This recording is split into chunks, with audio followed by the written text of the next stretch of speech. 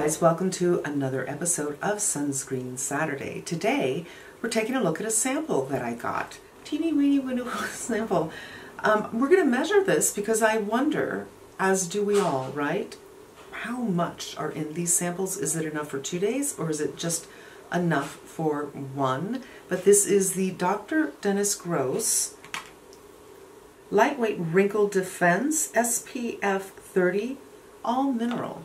I'm on the Sephora website with my filthy dirty glasses, and it says it's an oil-free, all-physical sunscreen that blends into all skin tones and contains transparent zinc oxide and antioxidants for safe, high-performance SPF protection that visibly minimizes fine lines and wrinkles. So let's talk. They are saying it's non-nano, and they have, I think, 3 or maybe 4 pairs of arms, and they have it swatched and then blended in from the very fairest to the very darkest. I'd say, you know, not the darkest black skin, but in the dark range, and it blends in. Their call-outs are non-nano zinc oxide, a mineral filter that protects against UVA and UVB rays while mitigating the effects of blue light. Lingonberry, L-I-G-O-N, lingonberry? I think it's Swedish. Don't you get like lingonberry jam at IKEA? I think so. And sea buckthorn, which is fantastic. They say that it protects against free radical damage due to UV exposure, but sea buckthorn has got some good stuff in it, so that's great. Now, in the ingredients, usually on a container for sunscreens, they will have, as you can see here, they're not telling you anything, but they have listed the actives and then a separate list for the inactives. Here, I'm not sure what's going on because it's, of course, not the bottle. The first ingredient is zinc oxide before water, which is kind of crazy. So I don't know if that is correct or if they're just doing it differently because it is a sunscreen. So zinc oxide 16%. There's no titanium in here. And zinc, if you've not been here before, I am sensitive to zinc. I find it to be very drying and oftentimes makes my face feel prickly and itchy. Yay. Then we have water. Then we have dimethicones, glycerin, coconut alkanes. Now, so it's a derivative of coconut, and there are many people who have sensitivity to coconut or coconut derivatives, so this might be a no for you if you're one of those people. Then we have more dimethicone. Then we have lingonberry, which is probably 1, 2, 3, 4, 5, 6, 7, 8 down. Frulic acid right next to it. Very nice. Then we have sea buckthorn fruit extract and bearberry leaf aloe juice, tocopherol, and these are in the middle, so this is really nice. Lecithin, tapioca starch as a thickener, xanthan gum, same thing, more, you know, dimethicones, that kind of stuff. And I don't see anything super nasty in here. I am not a chemist, but I'm a person who reads a lot of labels. So I haven't, you know, run this through where I usually go, the inky decoder, just to see if something's nasty. But it sounds pretty decent. On Sephora, people are saying, oh, I love it, but they're also saying they got it free. So, you know, we don't trust that. That's what we're here for, you guys. We're here to get past the marketing and the people who have a vested interest in telling you they like the product. Now, let's get out the teaspoons. Here's the story, you guys. Here's the math. In order to get the SPF that is labeled on a container, you need 2 millimeters per centimeter squared of surface. Roughly speaking, that's a 1/4 teaspoon on the face if you're a man. If you're a woman, you're probably a little smaller. So I like to do heaping for my face and my neck.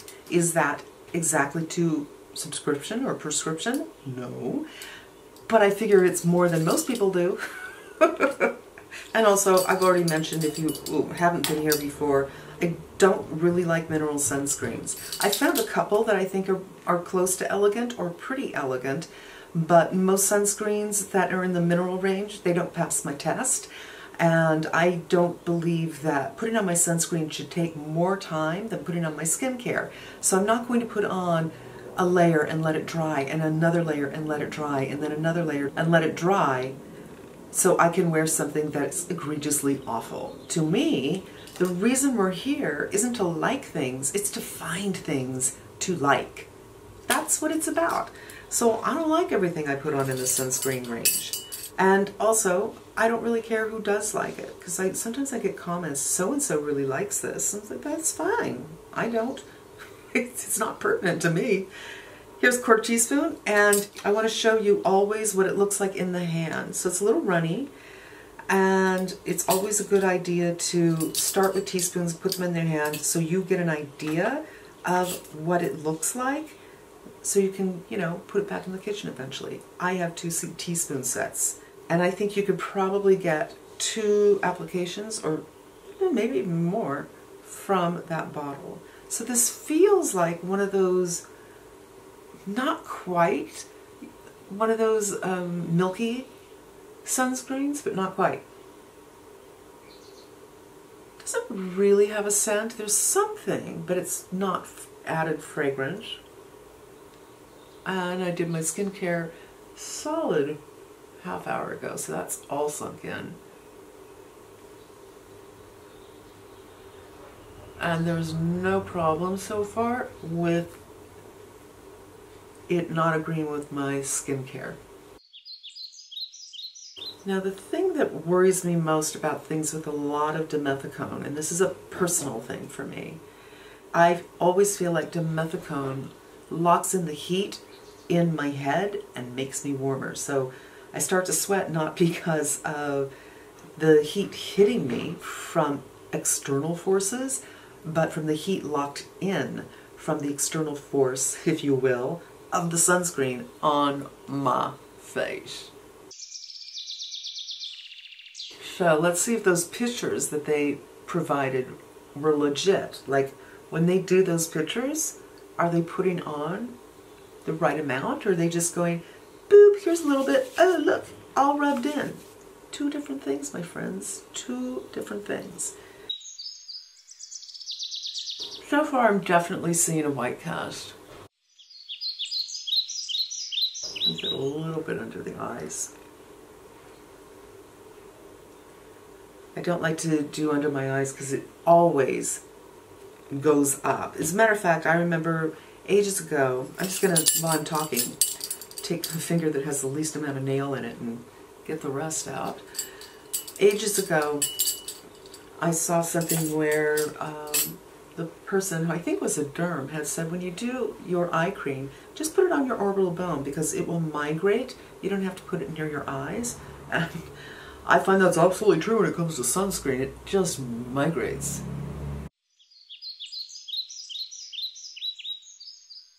So, it doesn't feel heavy, but it does feel very kind of slippy.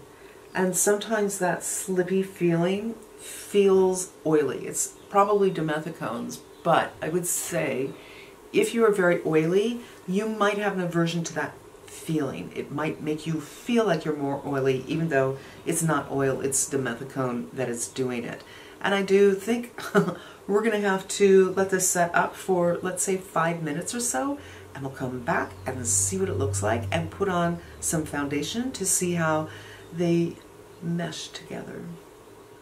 Alright, I am back. It's about 5 minutes later, and I really don't see any change. I think that this is going to remain light, which means if you're my skin tone, you're probably not going to want to walk around wearing this, and I'm a light medium. If you're darker than me, really don't think you're going to be wanting to walk around wearing this. If you're, you know, quite a bit lighter than me. Now, in real life, I see just this hint of an overcast, but in my computer, it's more than a hint. It's pretty big. And one of the things I don't like about dimethicone-based sunscreens is they never feel like they have set up, that they're adhering to the skin, which makes me feel like when I put on my foundation, it's just going to be a smeary mess. And also, this will totally settle in my necklace lines 100%. So it's still moving around. I mean, how long is acceptable to wait for your sunscreen to set up for the sake of giving it the opportunity to perform its best? We'll wait 5 more minutes. But I think for me, 10 minutes is max. If you are actually getting out of the house, need to go somewhere at a certain time, maybe you're going to work or running errands or whatever it is, and you don't have the luxury of waiting, whatever it is, I'm going to say most people don't have the luxury of waiting 10 minutes for their sunscreen to set up so they can start putting on their makeup. So we're going to give it 5 more minutes and then we're going in. Okay, 5 minutes later for a total of 10 minutes waiting for this to set up. Does it feel much different? No. No. It still has that slippy feeling, which just makes me feel like it's laying on top of the skin instead of sinking into the skin, and it might be a little bit messy. I always use the Makeup Forever Reboot for my sunscreen reviews. That way there's a baseline. And I always do it with my fingers. Now, if you're someone who likes dimethicone-based primer, this kind of product might thrill you. But I'm a little afraid it's going to get smeary. And so far I feel like it is a little bit smeary. This foundation, I find, works on the skin so beautifully and looks like skin. That's one of the things that brought me in. I'm like, wow, you can't see that I'm wearing foundation. It's just not, it doesn't look like foundation. Over this, yeah, it's super smeary. I mean, it looks like foundation because you can see the streaks, the finger marks. I may have to get my beauty blender wet and just kind of finish it. So I don't feel like this is cosmetically elegant at all.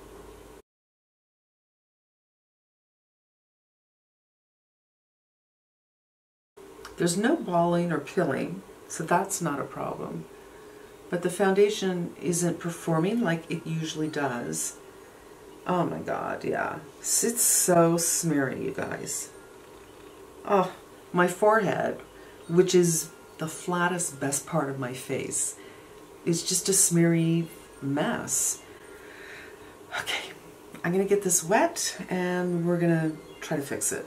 Alright, let's just, you know, go over lightly. Of course, we don't want to take off that sunscreen, but we just want to even the foundation up a little bit because it's not great.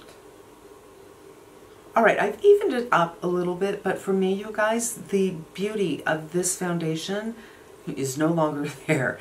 It doesn't look like skin. It looks like makeup. You know, in a close-up mirror, maybe from far away, there's no difference, but I just feel like my whole face is going to move around, that I would need to powder it. And honestly, I am done getting my poor limited edition Wayne Goss airbrush messed up by using it with things with a lot of dimethicone or a lot of oil in them. I had to wash this so many times after I used the Say, and it's not the same. I was going to order another one and saw that, hi, this was a limited edition and it's done. So I don't feel like ruining my powder brush trying to powder this situation. It's not super shiny, honestly.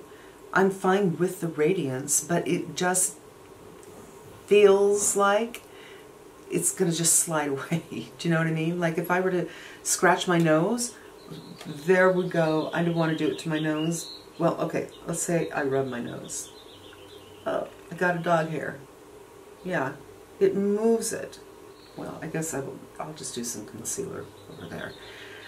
So I don't know, you know, if you want to wait 15 more minutes for this to set up. I just don't think it's something that will set up. If you want to wait a while for this to set up before you go on with your other products, maybe that's worth it to you. I will say that I am not getting that tingling, itching needle feeling on my skin with this, and that's really good because usually mineral sunscreens make me feel that way. So if you are like me and you have sensitivity to mineral sunscreens, it doesn't do that. So let's just go over it all. That little arm swatch they did where it's like, ooh, blend it in. Look, you can't see it. They didn't use the proper amount at the proper ratio for, 2 ml per squared centimeter of surface. It's obvious. I would not wear this unless I just didn't want to be seen, like if it was in the backyard on its own. I would definitely want to put makeup over it, but for me, for my preference, it feels too loosey-goosey. It doesn't look that great, and you have to do a little bit of finessing. And I still, even though it's laid down nicely now, I'm still afraid it's just the whole thing's going to slide off. And it's only an SPF 30. So SPF 30 isn't too strong, and there is that argument that the reason they make SPF 70 and 100 and even 50 is because no one puts on enough. If you're not putting on enough of the 30, you might be getting SPF 15, and I used to have a body lotion that had that. That's just like nothing. That's if you're spending any kind of time outside, or even if you're in the car for an hour, that sun is beating down on you if you have your windows down anyway, on half of your face. So for me, I'm going to be pass. I mean, I'll keep it because there's one more. I might put it on my chest, but for my face, I just feel very uncomfortable right now. I just feel like everything's going to slip away. Yeah, I mean, the neck still feels that way. I don't want to touch the face because I don't want to get fingerprints in here. I can't tell if I am or not, but I'm afraid that I am. But the look that this foundation gives me that I love so much, I don't feel like I'm getting that look. And that's important too. So you guys, I already actually put it away. Usually I would hold up the bottle, but that is my review for this product, the name of which is so long I don't even remember it. It's from Dr. Dennis Gross. It is mineral, it is SPF, but it's, got one of those long names, and I just can't use my brain space trying to remember stuff like that. I haven't even memorized my cell phone number. True story. I mean, I do have a new one, but I've had it for a year. And that's it for me. I thank you so much for spending some time with me. I hope this was helpful to you, and I hope you come back again. Take a look at some of my other videos if you've never been here before, and decide, is this someone who is giving me information that is helpful, or is this someone is just too much for me to handle? And if it's the first one, maybe subscribe. Until we meet again, be safe, be smart, and I am wishing you good health.